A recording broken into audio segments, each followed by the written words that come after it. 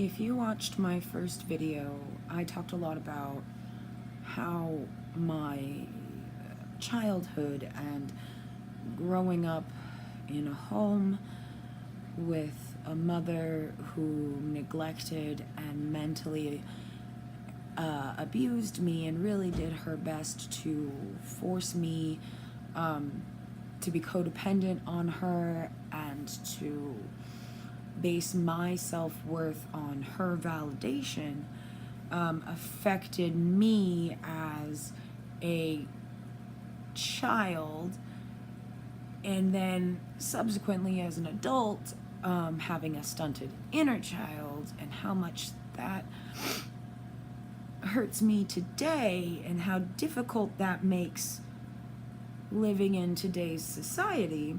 That was a pretty heavy, deep, and real place to come from. And it may have been a really difficult video for some people to watch. If you haven't watched that, well, be forewarned, it's a difficult video to watch. Also be forewarned, this may be a very difficult video to watch. This is a difficult story for me to tell.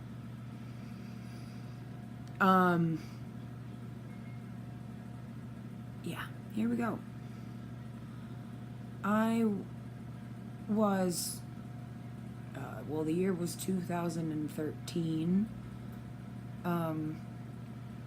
So it is 2018. This would have been 5 years ago. I'm 32. I'm going to be 32. So I was 24.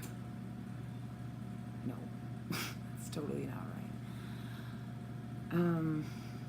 I was 25,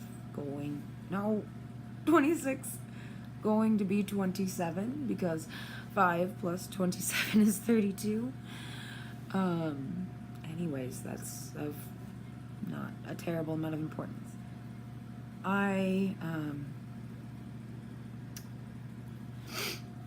had been invited out by one of my friends, Alyssa, to go to a, sorry, I have a nose ring. If I'm ever like digging at my nose, it's because I'm adjusting the nose ring to not stick out. I had been invited to go to a dance night at a place called the Bossa Nova Ballroom on a street called Burnside in Portland, downtown Portland, Oregon. And that place served alcohol. It did not serve food. I had had a drink or two. My friends had had some drinks. We were not particularly intoxicated. We were young people out on the town having fun. Think of that what you will, but we were not really carousing in any particularly upstart-ish fashion. We were not doing anything that I would really feel was inappropriate, and I don't really think anyone else would either.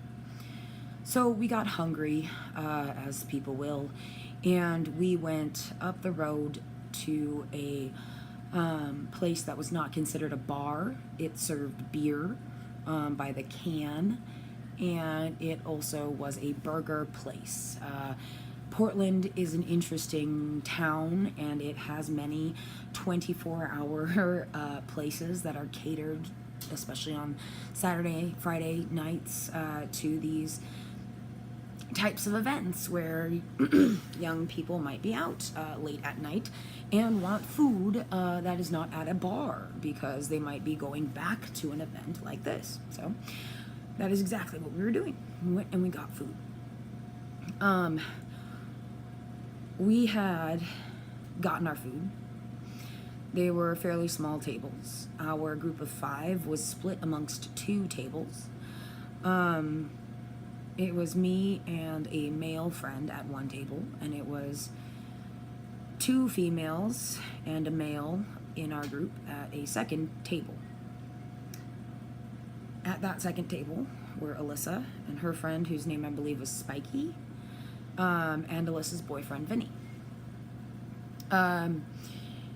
And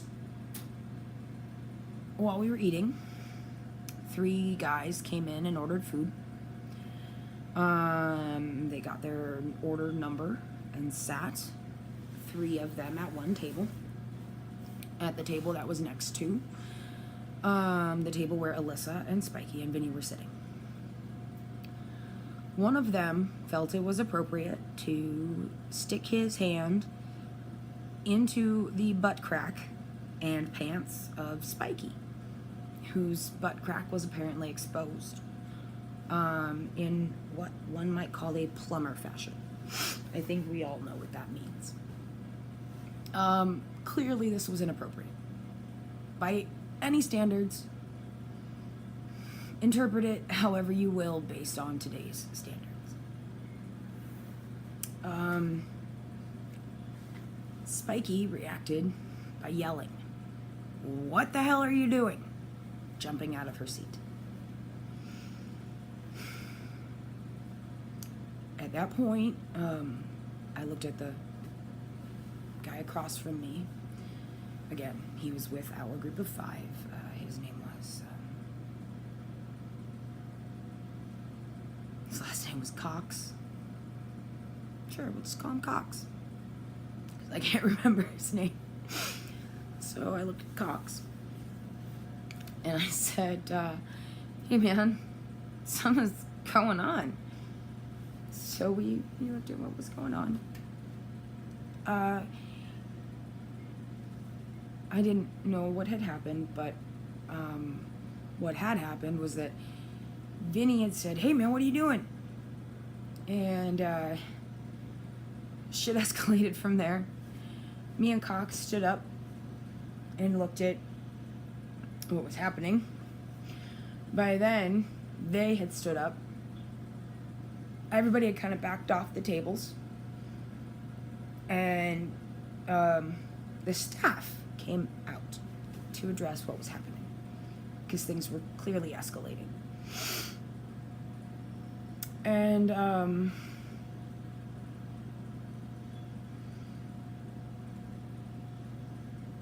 details, as I'm trying to remember it, my visual details get blurry. I have come to know the details.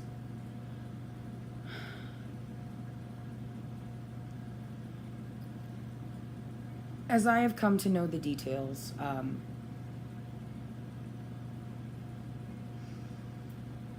everyone, as fights do, everyone had stood up,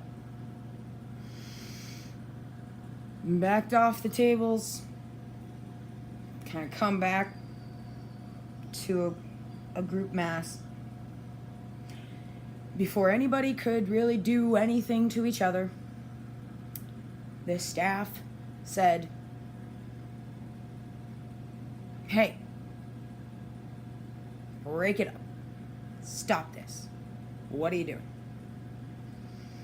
You guys," and at that point everybody's listening, "you guys," and they are addressing the 3 guys that came in after we did. "You guys go to the back. Go to the back and wait for your food. You guys started the trouble. We don't want trouble. Just go wait for your food. These guys are done eating." We're like, "Yeah, we're done eating. We're gonna go. No one wants trouble." So, okay, situation's diffused. The guy that stuck his hands down Spiky's pants says, "Yeah, we don't want trouble." He slams his glass down with the same hand, pulls back, and sucker punches Vinny. I am the closest person to him. Somehow I am the only person that is not dumbfounded by this action. And so I am the first person to react. And so I grab his jacket with both hands and pull him off of Vinny. For my trouble, he pulls back, turns around, and punches me in the face. You couldn't hear that. He turned around and punched me in the face, caught me across the eye. And I don't know what you do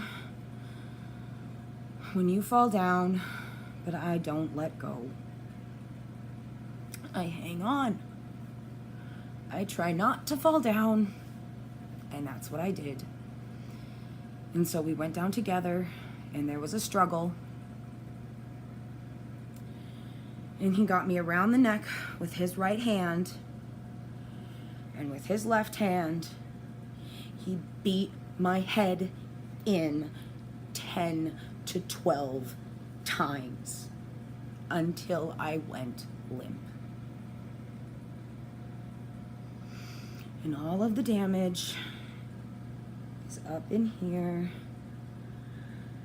There, I mean, it might be in my imagination, but there are ridges. It's on the left side. I think the other day I pointed to my right side. I don't know why, that might have been subconscious. I often rub my right side. It's not my bad side. It's my left side. I don't have great hearing in this side. Anyways, the more agitated I get, the more both sides aren't great.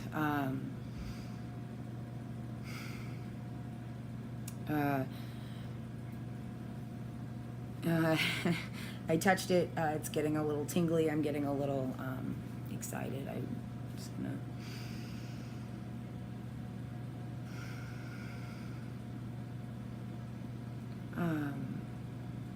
Somehow managed to get through this without crying, mostly because it makes me angrier more than anything else. So after I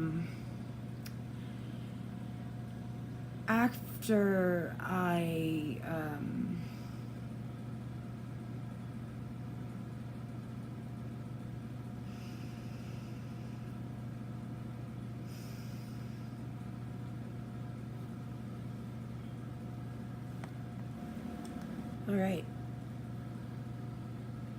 Oh, I had a little too much physical tension built up in there. I realized I was getting some physical wires crossed, and I couldn't actually correctly feel which side of my body was in pain. But so that is some PTSD getting crisscrossed with CPTSD. I think I pronounced all the letters in there. Anyways, so after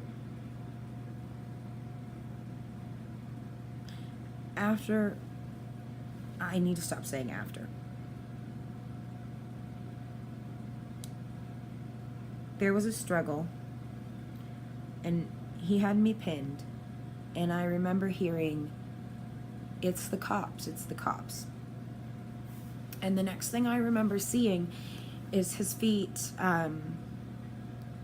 running away from my vision. And I remember being physically stuck. I remember thinking, "God damn it, damn it, damn it, get him, get him, get him." And my brain was just seething. I am a physically capable person. I've always been an athlete. It has always been something of a cathartic experience for me to be able to push my body physically when I have been able to control nothing else. And so to have been so impotently prone and unable to do anything physically about this person that had just beaten me was possibly one of the most infuriating feelings of my life. And the waitress at the burger place was the only person to have noticed what was happening to me. Everyone else was focused on the other two men and the other two guys from my group of friends fighting. They were in a scuffle of their own, and then the other two women from my group of friends were watching them, and everyone else in the entire place was watching them. No one knew that the two of us had gone down in this completely different direction. And so the waitress kind of all of a sudden noticed that someone had come from a different direction, looked and found me just lying in this heap of mess. And so she came over and physically put her hand on my body, and that is when it went off and my body shot up in the air and I raced after him. And one of the cooks was at the door watching the other two guys run down the street, and maybe the third, I don't know, but something alerted him that I was coming, and he like armbarred me at the door, and I just and dropped. And I remember I got another like really bad bruise on a rib from hitting some sort of step that was there. And that's what knocked me back out. And then I kind of blacked out for a little bit, and I came back to on a chair. They had kind of gotten me to a chair, and I mean, I was physically moving and whatnot, but my memories are just not there. I don't know how I really got to that chair, other than maybe like some shuffling. I mean, if somebody really got me into a hypnotic state, or like a subconsciously remembering and bringing up like picture memories, because I do have a fairly photographic memory in terms of like, I know I physically block things out to kind of save myself the pain of those memories, and so I can recall them if I'm given enough space from that pain to remember them. What I do have conscious memories of is talking to the police officer, and this is where this main memory gets extra painful. Between being interviewed by the police officer at the restaurant and at the hospital, I felt really left behind by the police department. And that combined with feeling left behind by the social system of being adopted into an alcoholic home and being adopted by a narcissist, and then being given into primary custody of a narcissist and an alcoholic. I mean, God bless my father, he's a great person, but the system was not equipped to handle recognizing my mother. And then, I mean, the Me Too movement is great, and it is pointing out flaws in our system, but that system failed me. And this Me Too movement is not really designed to bring people like me justice. And so telling the story of my assaults is also an attempt to bring someone like me some healing and justice in that regard too. So now I'm getting even more off topic. Shit. Again, don't smoke. I'm not trying to endorse it. It is a habit I haven't kicked. Looking to replace coping mechanisms that are unhealthy with healthy ones. Haven't managed to do it yet. Sorry. So, why do I feel left behind? Because I was trying to do the right thing. I wasn't trying to throw punches. I was trying to stop a fight. My friend was sexually assaulted because her pants were too low and too tight. I'm sorry she wore too low and too tight of pants, and I'm sorry dude was too drunk, too high, too something. He stuck his hands down her pants. He threw a sucker punch at someone. I tried to break the fight up. I got my head beat in. I had already been left behind by God knows how many people. I had already tried to fix myself. I had come up with some coping mechanisms. Maybe they weren't all the best. Maybe I hadn't made the best choices. But I didn't deserve brain damage on top of the TBIs I'd already had. I didn't deserve my life to be made harder. when I went to the when I gave my answers to the police, I mentioned to them very specifically that group of 3 guys got away, but we know that at least one of them used an electronic method of payment. You have at least one name of those 3 people. Can't you go to one of those 3 people and get his name?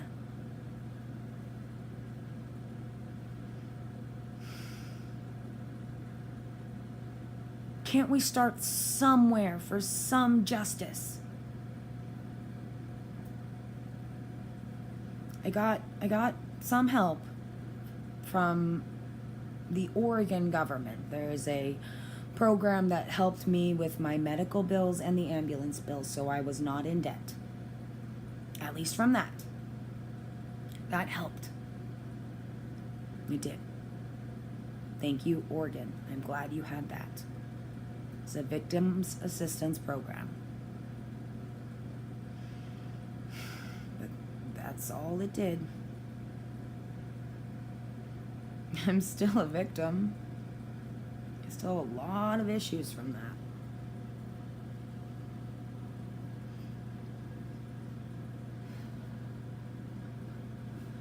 Is that victims assistance program set up for me as the victim of my mother? Because I just went to my behavioral health specialist and I could feel her broken heart that she couldn't get me the help I needed. I mean, she could start me on a path to start trying to help, but my family can't afford to watch me go into the intensive patient care that I need to really start healing. Like I was trying to say earlier, my family can't watch me and can't afford to let me go right now into the kind of intensive patient therapy that might do me the most good. And I've heard it said that often if you try to enter a therapy that is not meant for you, though you might come out with a few skills, you might come out a little more broken because you're trying to treat a cold when you have dysentery. I mean, you're almost strengthening something because you're... I mean, it's probably a very poor analogy. I have been through enough marginal courses of therapy. My doctors are working. We have a plan. We have things for me to work on in the interim. We've discussed it. I have literature. I have plans. I have things I'm doing. Like I said, I wanted to try here to bring a little bit more light to a subject that might not be fully illuminated to everyone. The story of my assault. And again, there might be a few other people out there that have experienced something similar to this. There are some important things about me telling this story in that I have post-traumatic stress because I was literally trying to do the right thing and I got the piss beat out of me. I have long-term damage.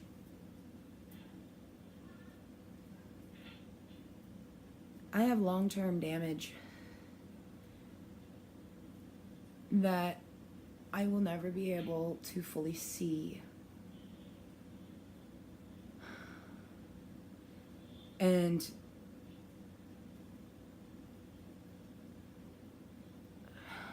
that damage is the result of a broken faith and a broken ideal that doing the right thing will always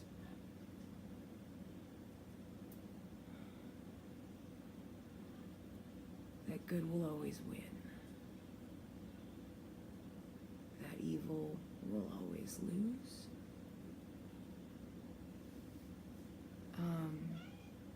In order to make it through a childhood that was so evil, that was so hellish, I had to grasp, I had to hold in my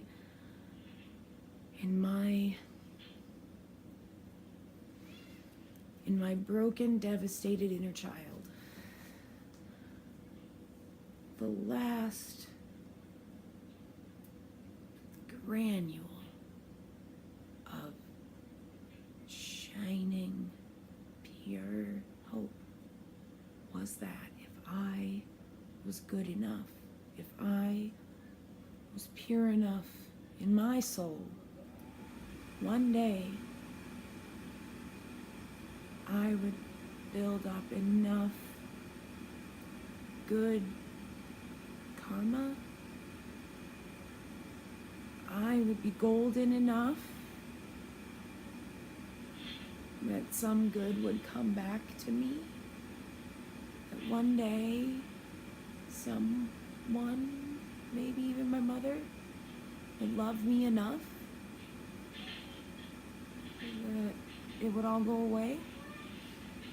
In any case, I had this one secret hope that one day I could be good enough that all the bad would go away.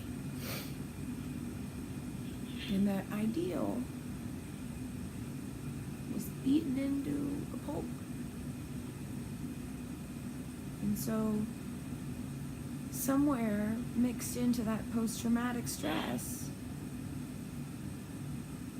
that guy that literally beat my head in did his best to beat out of me the last kernel of hope that I had held on to for 26, almost 27 years. So, the victim that I had been, the strong person that I had clawed my way back and out of hell to become, was then directly challenged,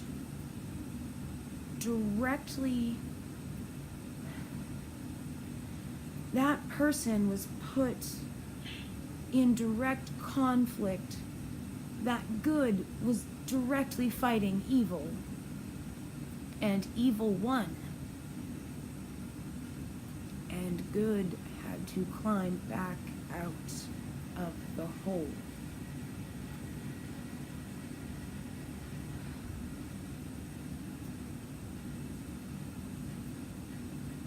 And that is why the story of my assault is so... It's my daughter. She's being watched by her father. Don't worry. She sounds like a small dinosaur, I know. And that is why telling the story of my assault is a incredibly important part of healing completely from the CPTSD of my childhood, because I had come so far, and like I said, so far included not necessarily perfect choices, but choices that had led me to become a functioning adult and at least moderately independent. I was living with my mother, and I was in a place that was not wonderful, but I was living with my mother and I was still thriving. And she was not great, but I was in the driver's seat and she was not in control. I was getting ready to leave that house. I was getting ready to catapult into my own life. And then my world came crashing down and I had to start rebuilding again. And unfortunately, I have suffered several more TBIs since then due to various accidents and sports injuries, and now I'm not allowed to play sports, which was one of my coping mechanisms.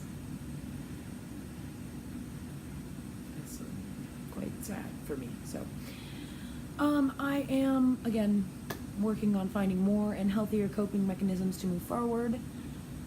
I have to remind myself daily that I can do this. My life is daily pain, unfortunately. Sorry about the wobble. So, again, to try and wrap up, and I said this the last time, I am coming to you to tell my stories, not for tears or sympathy. I want you to hear my story and respect it, and I do invite the conversation,